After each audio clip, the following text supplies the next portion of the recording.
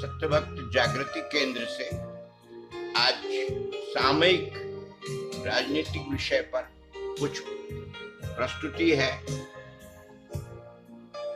सत्यप्रज्ञ द्वारा।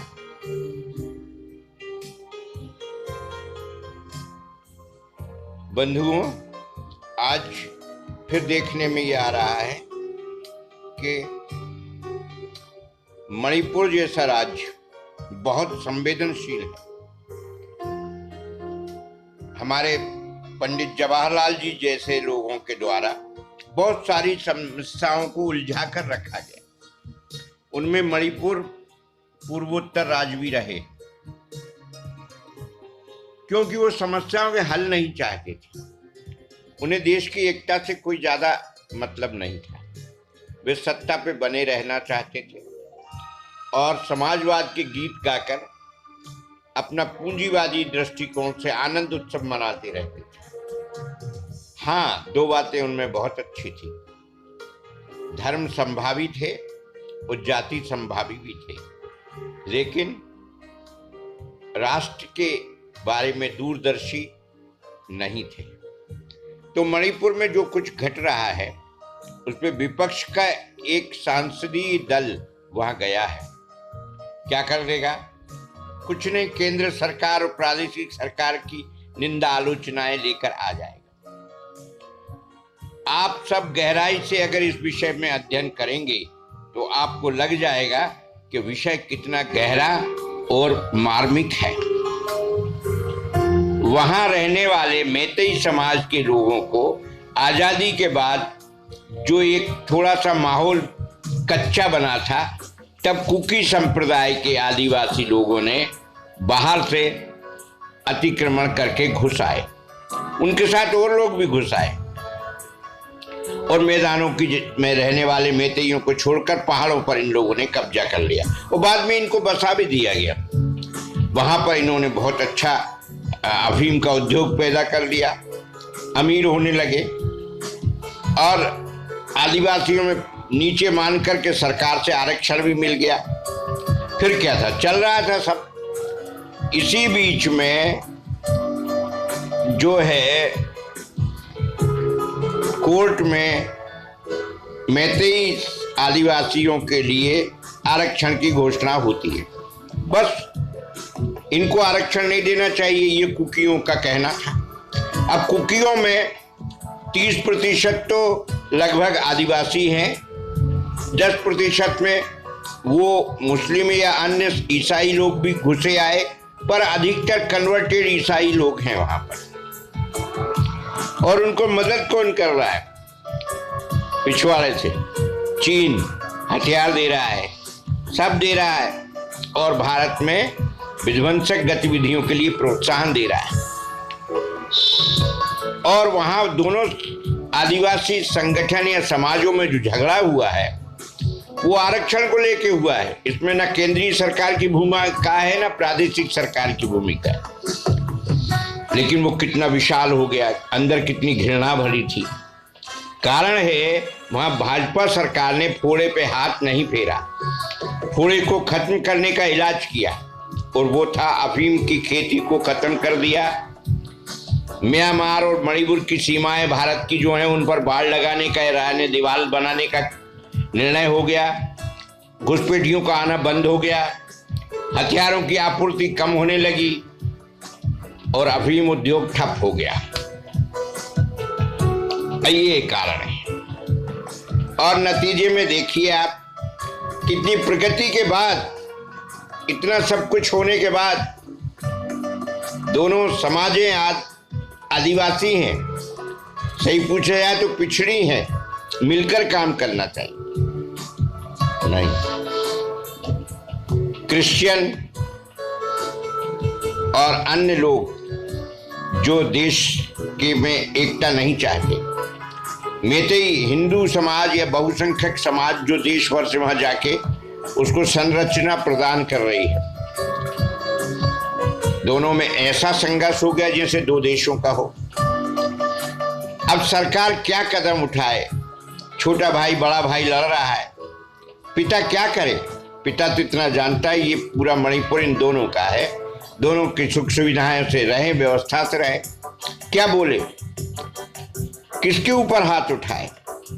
दोनों ही तो अपने हैं।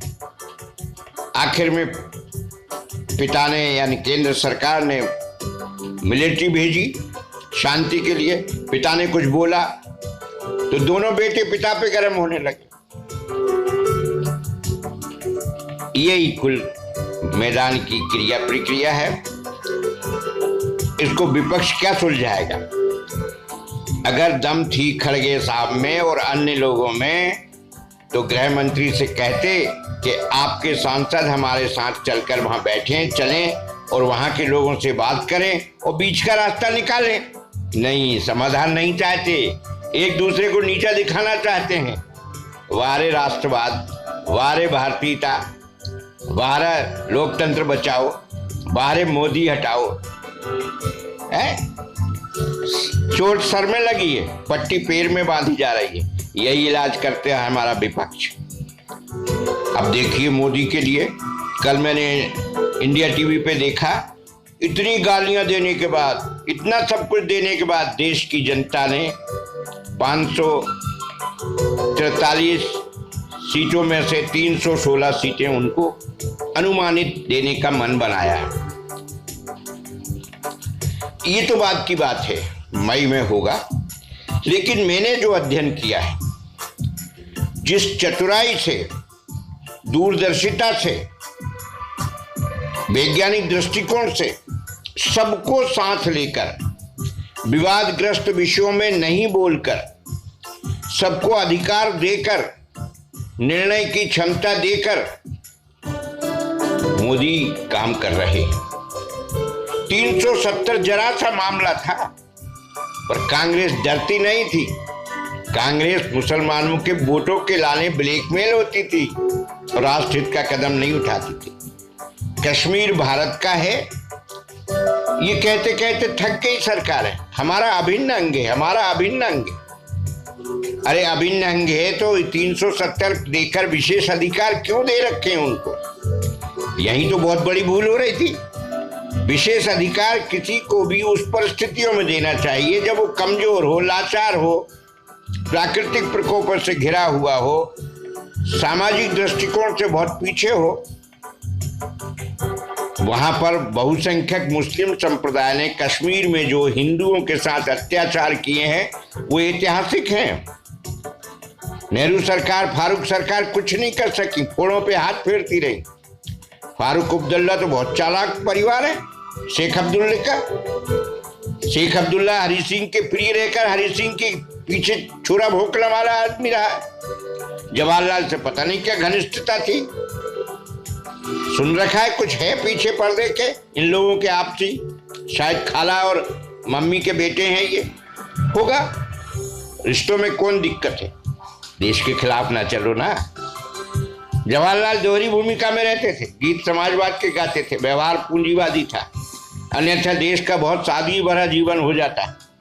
प्रोटोकॉल के नाम पे उन्होंने राजेंद्र प्रसाद को राष्ट्रपति भवन में अरेस्ट कर दिया।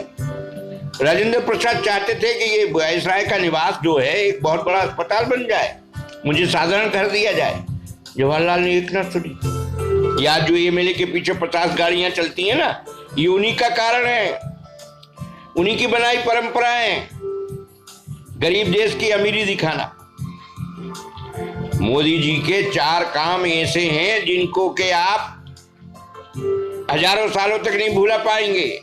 कोरोना के समय दृढ़ निश्चय होकर के वैक्सीन बनाना, दुनिया को देना, देश को संभालना, गांवों को और शहरों को तोड़ दे करके रास्ता बंद कर देना, जिससे कोरोना ने उतना उत्पात नहीं मचाया।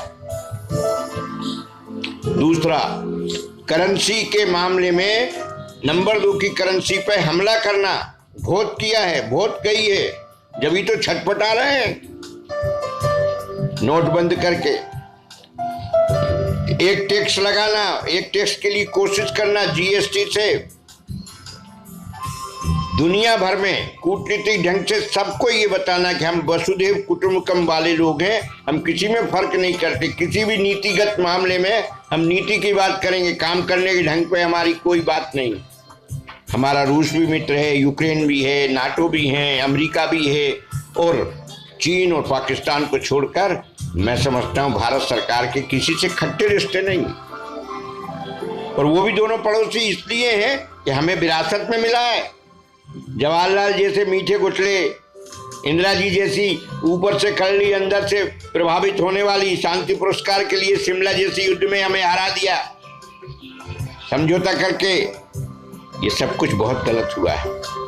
तो मोदी के लिए आपको याद रखना चाहिए, मोदी बिना देश का अभी विकास संभव नहीं है। नया भारत बनाने में जुटा है। आज हमारे पास क्या है?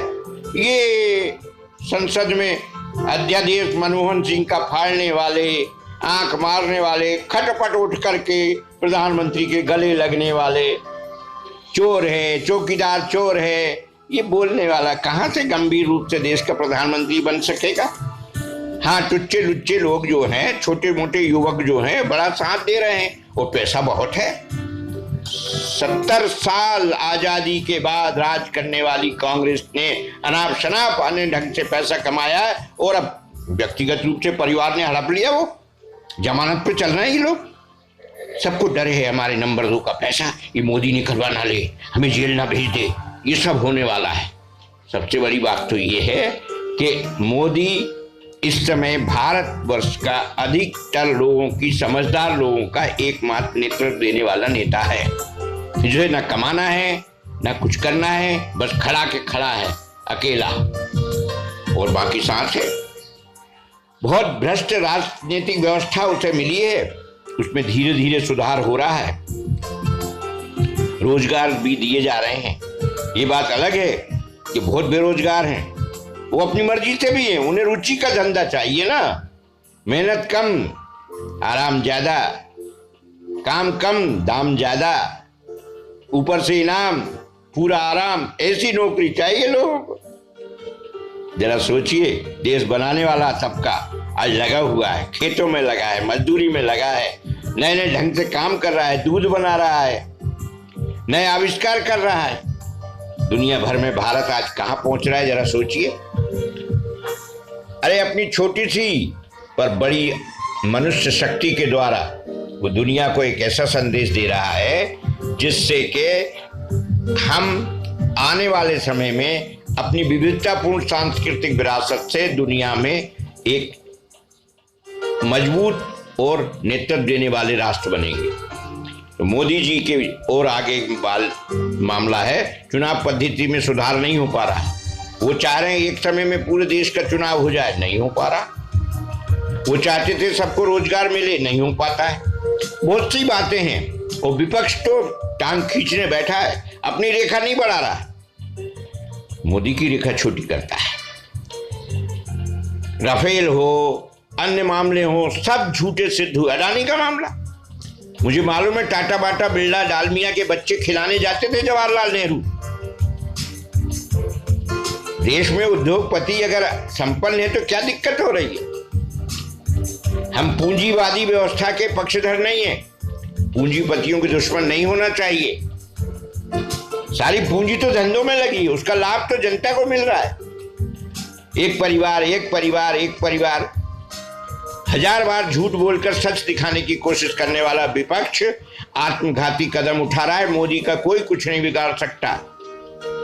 मोदी ने आज हर स्तर पर किया है, रेल हो, हवाई जहाज हो, बस हो, रोड हो, बस स्टैंड हो, सफाई हो, स्वास्थ्य हो, किस दिशा में काम नहीं किया। अब प्राकृतिक प्रकोप आ गए भाई, चीन ने हमला कर दिया भाई, पाकिस्तान ने आतताई भेज दिए भाई, ये सबका मुकाबला भी हो रहा है, दबंगता से हो रहा है, ढीले पोले ढंग से नहीं हो रहा, पेटीकोट गवर्नमेंट का नहीं हो रहा। चलिए एक बार फिर से हम मोदी के लिए शुभकामनाएं दें। आने वाला समय हमारा अच्छा हो, मोदी जैसा नेतृत्व और मजबूत हो। जय सत्य, जय भारत।